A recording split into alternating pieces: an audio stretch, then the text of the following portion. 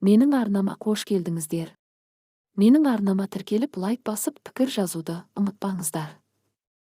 Баршаңызға сәттілік тілеймін. Арманым, арманым, арманым-ай. Қарындас, жұмақтан түстіңіз бе? Хор қызы қандай болады десем, ол біздің университетте оқиды екен ғой.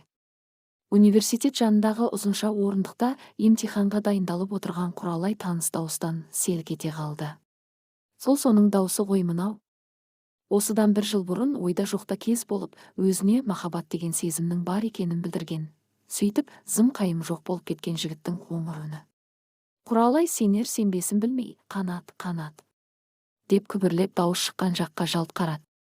Қанат қасында тағы бір жігіт бар, осылай қарай келе жатқан көк көйлекті әдеміше қыздың соңынан ере түсіп күле сөйлеп тұр екен. Құралайдың жүрегі тоқтап қалғандай болды. Қанат. Бір жыл бойы күндіз ойынан, түнде түсінен кетпеген қанаты қол созым жерде тұр. Олар оқуға түскен Құралай мен соңғы курстың студенті Қанат, бірінші курстықтарды студент қатарына қабылдауға арналған дәстүрлі кеште танысқан. Алдына келіп, биге шақырған жігіт, қарындас, жұмақтан келдіңіз бе? Хор қызы қандай болады десем, ол біздің университетке оқуға түскен екен ғой. Дегенді. Басын сәл ие, сыпайы күлімсіреп тұрған жігітке көз салғанда, денесін тоқ ұрғандай дір ете қалды. Үнді киносының кейіпкеріндей ақ көйлек, ақ шалбар киген жігіттің өзінің құпия, бала қиялындағы өмірлік серігім болады деген адамның ойдан құрастырылған бейнесіне соншалық ұқсастығы таң қалдырған. Жігіттің жүзінен көзін айыра алмай қалған қыз, оның сұнған қолына жүрегі лүпілдей қол созғанын өзі де байқамай қалды. Бірнеше биді қатар билеп шаршаған соң Қанат пен Құралай біраз тыныстау үшін университет қасындағы саябаққа шықты. Алматының тып-тынық түні екі жастың арасында кенеттен бір жарған сезімге куә болып, қаракөк торғын шымылдығымен оларды жұрт көзінен көлегелеп тұрды. Жаңа ғана көпшіліктің арасында жайраңдап күліп, жарқ-жұрқ етіп билеп жүрген Құралай оңаша шыққан кезде әлденеден үріккендей жан-жағына қарағыштап үнсіз тұрып қалды. Тіпті Қанаттың бетіне тура қарауға да қысылғандай көзін төмен сала берді. Қандай сұлусың өзің? Қанат төмен қарап үндемей тұрған Құралайдың иегінен көтеріп, ақырын ғана ерінен сүйді. Қыз қарсылық көрсеткен жоқ. Онысын кет әрі еместігіне жорып, иығынан орай құшақтап, өзіне қарай тартқан жігіт енді батылдау сүйді. Ал Құралай болса, бұрын бастан кешпеген беймәлім сезімнің жетегімен сыртқа еріп шыққанына әрі ұялып, әрі өзіне де бір көргеннен ұнап қалған жігітті кеудесіне итерсе, ренжітіп алам ба деп қорқып, іштей өз-өзімен арпалысып тұрған.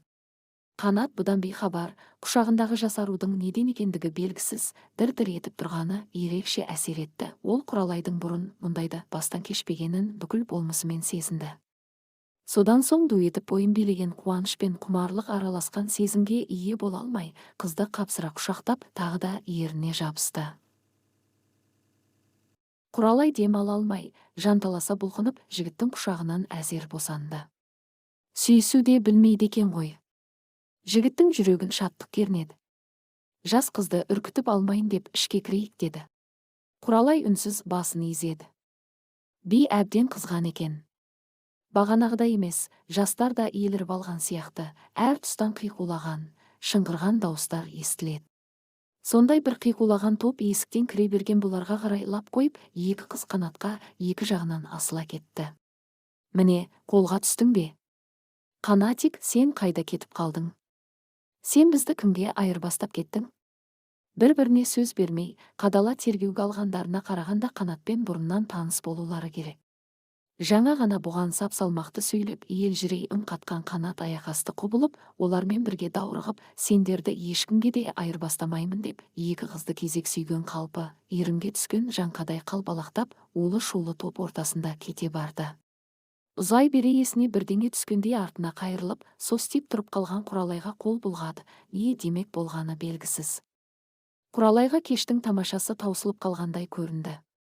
Қызық, жаңа ғана жан-жағындағы адамдардың бәрі сұлу, би кеші сондай көңілді сияқты еді. Енді бәрінің де бояуы солғын тартып, бар қызық Қанатпен бірге кетіп қалғандай болды. Сосын құрбыларына басым ауырып тұр дегенді сылтауратып, асығыс жиналып үйіне кетіп қалды. Келесі күні университетке ертерек келді. Көңілінің түпкірінде қанатты кездестіріп қаламын ба деген үміт бар. Сабақ басталғанша сыртта жүрді. Қанат көрінбеді. Қоңырау соғылғанда амалсыз аудиторияға беттеді. Үзіліс кезінде әр нәрсені сылтауратып сыртқа шығып біраз жүрді, деканат жаққа да бір-екі рет барып келді. Қанат ұшты күйлі жоқ. Кеше биден кейін кеш қайтқан шығар. Сосын ұйықтап қалуы мүмкін ғой, әлде бірінші пар сабағы жоқ па екен деп бір себептен кейін бір себепті ойлап тауып, оқу корпусының маңында біраз айналшықтап жүрді. Келесі күні де сол ойдың жетелеуімен есіктің алдын біраз торуылдады, сонда да Қанатты кездіре алмады. Өзінің есілдердің баурап алған жігіт жайлы оның атынан басқа ештеңе білмейтінін ойлап, мекен жайын, телефонын сұрап алмағанына қатты өкінді. Ол ма, тіпті толық аты жөнін, қай факультетте оқитынын да білмейді екен. Енді қалай іздеп табады? Бір білетіні, оның да осында оқитыны. Мұны да ол алғаш биге шақырған кезде біздің университетке түсіпті дегеніне қарап ұққан. Ендеше іздей беру керек. Осындай ойға бекіген Құралай сабақ басталардың алдында басқа оқу корпустарына барып та жүрді, жатақханалардың да біршамасын шарлап шықты.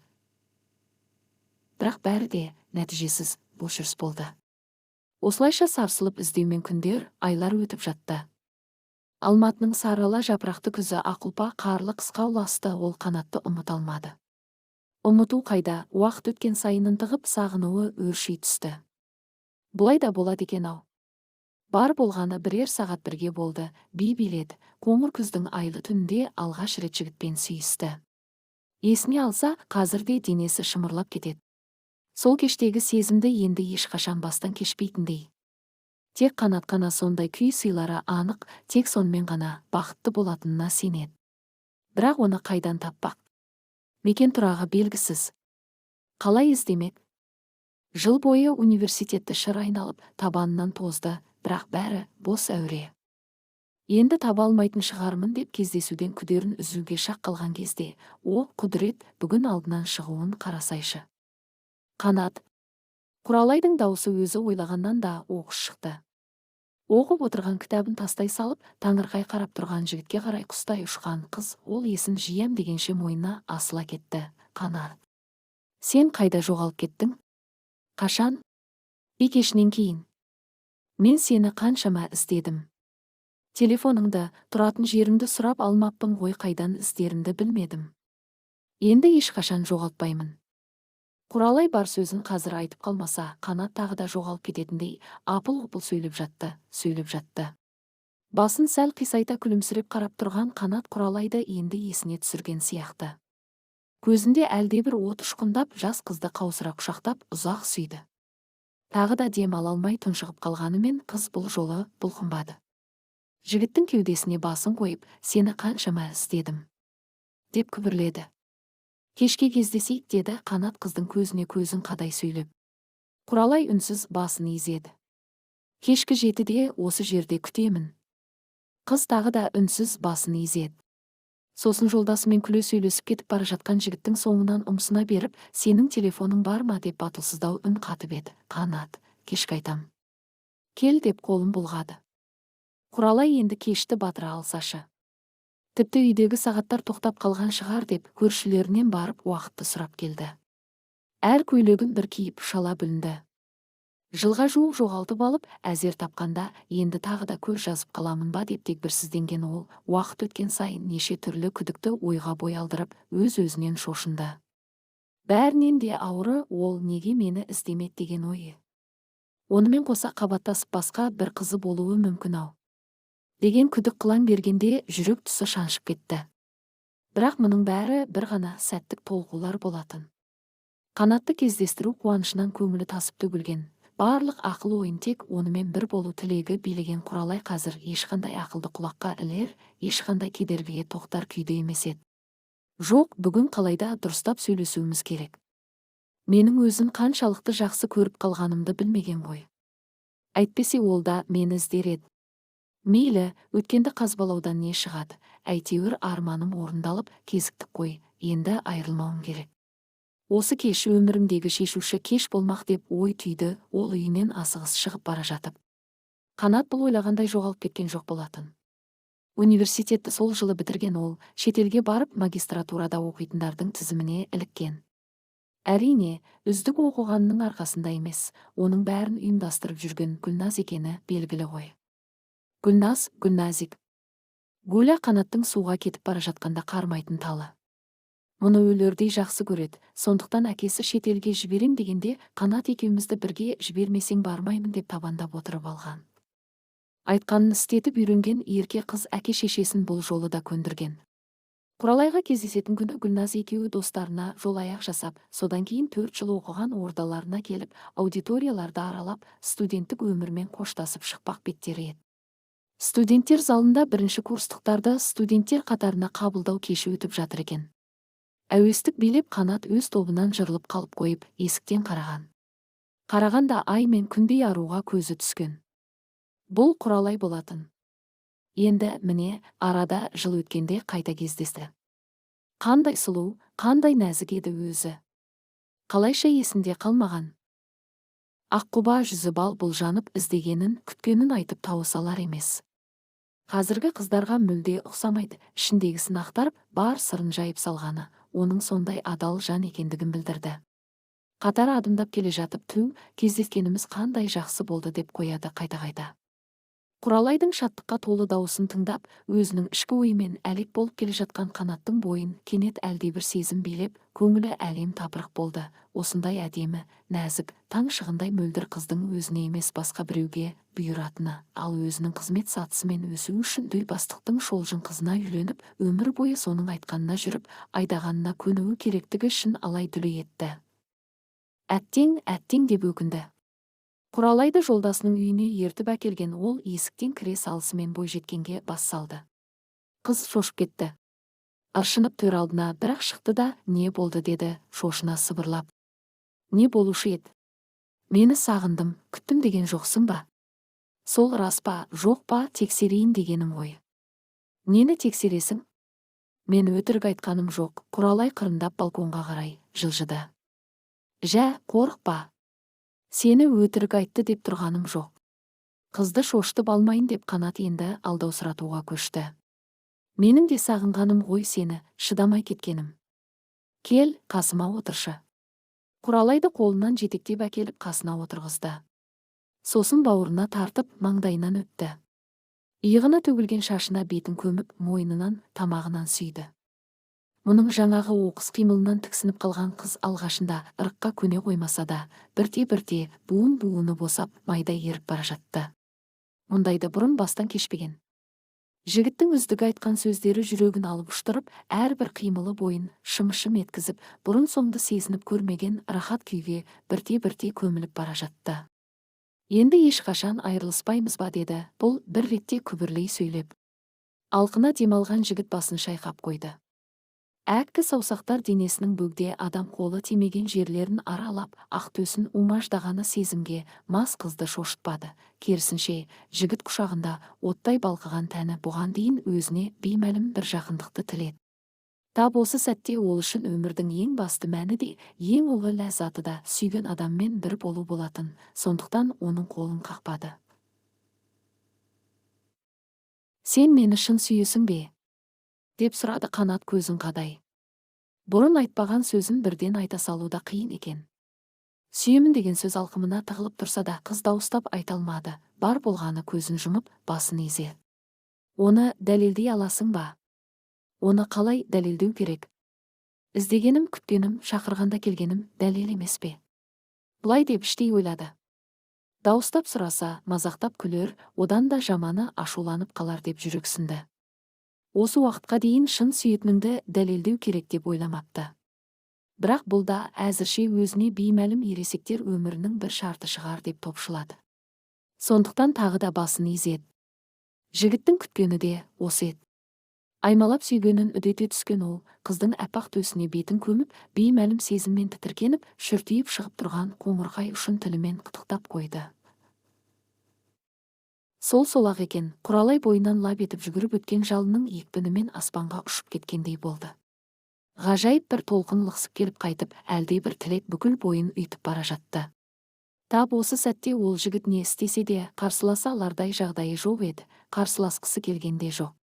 өзі сүйген, аңсап күткен қанаты. Сонау бала кезінен жан серігі тап осындай болатынын білгенді, енді кездесіп, құшақтары енді айқасқанда несіне қарсыласпақ. Бөлмеге алғаш кіргендегі үркектеген әлсіз ғана сақтығы бойын билеген соншама бейтаныс, бірақ соншама ғажайып тілектің астында көміліп қалды. Енді бірер минуттан кейін оның денесі құмарлық оты шарпыған жігіт қалай екемдесе солай майысып, өн бойында тынымсыз жорғалаған әккі саусақтардың билігіне рахаттана берілгенін байқағанда жоқ. Кенет өн бойын өткір қанжар осып өткендей болды. Жанына батқаны сонша жігіттің жалаңаш иығын қышып тістеп алған. Содан бар салмағымен жаншыған жігітті не аударып тастай алмай, не оның аласұрған қимылын тоқтата алмай амалы құрыған. Бір кезде өзі ақтына қалып, ышқына дауыстап, гүрс етіп төсектен ауып кеткенде Құралайдың зәре құты қалмады. Өліп қалған жоқ па? Сұлық жатқан жігітке қарап, бірінші ойлағаны осы болды. Оның ауыр тыныстап жатқанын көріп, көңілі орнықты. Өлмепті. Орнынан баяу көтеріліп, терезенің алдына барып, үнсіз сыртқа қарап біраз тұрды. Құралай пәктігінің белгісі жайрап жатқан ақжайманы асығыс жинастырып алса да, одан кейін не істерін білмей, состиып тұрып қалды. Апыл-ғұпыл бүктеп қолтығына қысты. Сосын төсектің шетіне қойды. Еденде жатқан төсек жапқышты үстіне тастады. Бойы делсал болып, әлі құрып бара жатқан соң төсектің шетіне тізесін бүкті. Жаңа қазірде ғана басынан кешкен рахат сезімнің барлығы бір сәтте жоқ болып, бұлдыр иілесі ғана қалғандай. Бүкіл денесін біреу соққылап тастағандай ауырсынып отырса да, ішін жегідей жеп, жанын сыздатып бара жатқан мәселенің басын ашып алмақ оймен, екі қолын желкесіне қойып, басын шалқайта, терезеден сыртқа қарап тұрған жігітке, енді менің өзіңді шексіз сүйетініме сенесің бе? Деп жасқана үн қатты. Қанат бұған таңдана қарады. Құралайдың шынымен жауап күтіп отырғанын түсініп, жүзінде жылт ете қалған күлкіні жасыруға тырысты. Бірақ онысынан түк шықпаған соң, бұған көзін сығырайта қарап үнсіз қалды. Түріңде тоқмейілсу бар. Неге үндемейсің? Құралайдың даусы қаттырақ шықты. Сен өзі шынымен аңқау екенсің ғой. Мен олай деп әшейін сені сынау үшін айта салғамын. Әйтпесе сүйгендігін кім бұлай дәлелдейді? Қалайша? Менің саған жан тәніммен берілгеніме көзің жеткен жоқ па? Бұдан артық қандай дәлел керек? Сенде жоқ нәрседен трагедия жасайды екенсің. Жер бетінде қанша мың қыз жігітпен жатып тұрады. Сеніңше не, соған бола оған үйлену керек пе екен? Не? Сонда не, біз үйленбейміз бе? Жігіт басын шайқады. Неге? Біз Гүла екеуміз шетелде оқып жүргенімізде үйленіп қойғанбыз, тойымыз енді болады. Қыздың әкесі үлкен қызметкер, менің өсуім үшін керек адам. Ал сен рас әдемісің. Әрі жап-жасың. Ертең-ақ біреуді кездестіресің. Біреуі несі? Сен сияқты сұлу қыз шақырса бірнешеуі. Оның бұдан кейінгі сөздерін естуге Құралайдың төзімі жетпеді. Құлағы шың-шың етіп, кеудесі қысылып, ауа жетпей бара жатқан соң, жанұшыра сыртқа ұмтылды. Алдады. Алдандым. Масқара болдым. Масқара. Көңіл түкпірінде Қанат артымнан қуып жетер, қалжыңдап айттым деп кешірім сұрар деген әлсіз үміті де бар еді. Олай болған күнде қатыгез қалжыңын да кешірмектін. Бірақ артынан қуып жеткен ешкім болған жоқ. Сатымен төмен жүгіріп түсіп келе жатып, бір-екі жерде шалынысып құлап қала жаздады. Бұл не деген бітпейтін баспалдақ еді. Қабырғалары шалт қадамына куә болған мына үйден құтылғанша асығып, аяғы сатының әр жеріне бір тиіп, төмен қарай безектеп ұшып келеді. Ештеңе ойлай алмады. Бар болғаны санасында, ұят-ай. Өлім-ай. Масқара болдым ғой. Деген ой тоқтап қалған пластинкаша қайталана берді. Енді қалай өмір сүрмек? Анасына не бетін айтпақ? Не істеу керек? Аяғы сатының әр тепкішегіне бір тиіп, төмен қарай құлдилап жүгіріп келе жатып, жанталаса ойластырғанымен мына масқарадан, арына жағылған қара күйеден арылудың амалын таба алмады. Бір сәт қысылғандағы, әлдебір зәбір көргендегі әдетімен анасының бауырына барып тығылғысы келген. Бетін анасының көкірегіне басып, балаша ағыл-тегіл жылайтыны, анасы мұны жас сәбидей тербетіп, көз жасын алақанымен сүртіп отырып, құлыншағым деп жұбататын. Бұл әбден жылап, мауқы басылғасын не болды деп сұрайтын. Не болды десе, не демек сонда? Әлпештеп өсіргенде көрем дегені осы ма еді? Жерге қараттым-ау. Жерге қараттым-ау. Жоқ, анасына көрінуге де жол жоқ енді. Көзге шыққан сүйелдей болмай, мүлде құруы керек. Ми солқ-солқ етіп құру керек. Құру керек деп тұрғандай. Қарсы кездескен адамдарды қаға-соға далаға атып шыққанында шақырайған күн көзін қарықтырып, бір сәттік көрмей қалды. Көзін басып, әлгіндегі екпінін игере алмай теңселіп, сәл іркілді. Содан соң төтелеп машиналар ағылып жатқан көшеге қарай тұра жүгірді. Ең соңғы есінде қалғаны, асфальт жол мен оқыс тежелген машина доңғалағының үйкелісінен шар етіп шыққан дыбыс, әлдекімнің шошына шыңғырған дауысы. Одан әрі дүние шіркөбелек айналып, қара түнекке батып бара жатты. Есін ауруханада жиды. Дәл сол кезде көрші палатадағылар телевизор көріп отырды ма екен? Әлде радиодан концерті беріліп жатты ма? Аурухананы Гүлмира Ақүрпекованың гитарамен қосылған әні тербеп тұр. Мынау байтақ әлемде тек екеуміз жүргендейміз, айналып ғарышты мың. Мүмкін Құралайдың санасына әсер етіп ес жиғызғанда өзі сүйіп тыңдайтын осы ән болар. Сөздерін ажырата алмаса да әуенін анық естіді. Кірпігіне мың батпан жүк ілініп тұрғандай көзін әзер ашып, жан-жағына көз қиығын тастады. Қасында анасы отыр екен. Мама! Қызының даусы естілмесе де, еріннің қимылына қарап өзін шақырып жатқанын түсінген Рахима ана шалт қимылдап үстіне төнді. Құлыным, есіңді жидың ба? Тәубе, мың тәубе. Енді бәрі де жақсы болады, құлыншағым. Ертең ақ жазылып кетесің. Тәубе, мың тәубе. Туыстарың, достарың бәрі осында, сенің сауығып кетуіңді тілеп жатыр. Курстастарың келіп қан тапсырды. Құлағы күңгірлеп анасының бір сөзін естісе, бір сөзін естімеді. Не жақсы болады сонда? Бұл ауырып қалпа еді. Мұнда неге жатыр? Көрші палатада айтылып жатқан ән енді анық естілді. Тәттілігін сезіндім бұл өмірдің. Әр күнне тоймадым құнығып та міне, енді есіне түсті. Қанат. Алдамшы. Мұның ақ сезімін қорлаған, адалдыққа деген сенімін таптаған алаяқ.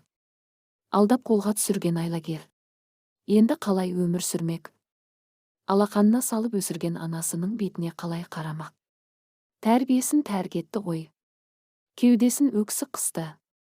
Жұмулы көзінің қиығынан мөлдір тамшы сырғып, тырс-тырс етіп жастығына тамды. Жыламашы, құлыншағым, деді анасы алақанымен бетін сүртіп жатып, шаршап қаласың. Көр де тұр, бәрі де жақсы болады.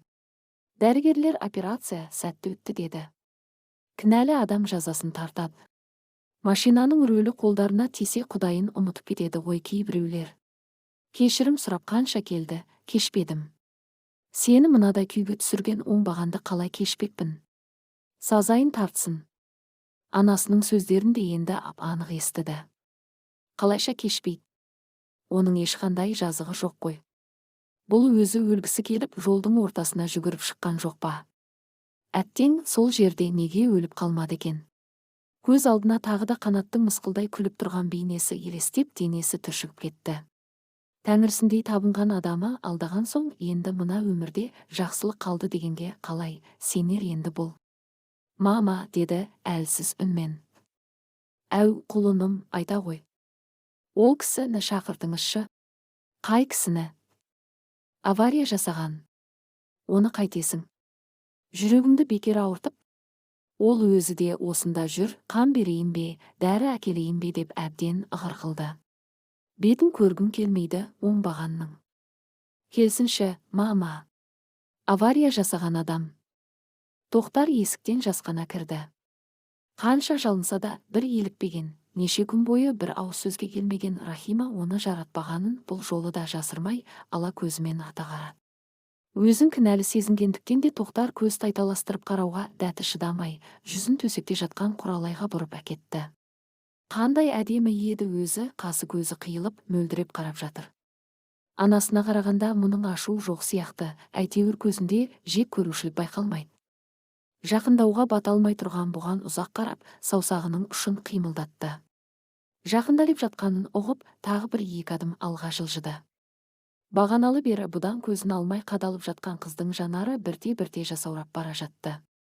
Рахмет сізге. Тоқтар қате естідім бе деп жан-жағына алақтай қарады. Сосын басынан аяғына дейін ақ дәкемен таңылған қызға аяушылықпен қарап, батылсыздау тіл қатты. Қалқам, кешір. Палатаға қабаттаса кірген дәрігер мен медбикені таңқалдырып, Құралай тағы да сол сөздерін қайталады. Рахмет сізге. Тоқтар енді шынымен састы. Біресе қыздың анасына, біресе дәрігер мен медбикеге жалтақтап қарап, ақталғандай болып, машинамды бұрып үлгіре алмадым деп күмілжіді. Сіз кінәлі емессіз. Бұдан кейін дем жетпей, тынысы тарыла бастады. Оның қасында көз жасын төгіп отырған анасына қарай ұмсынып, бірдеңе айтпақшы болғанын байқаған. Тоқтар шынымен ақ жаны ашып, сөйлемей жата тұршы қалқам.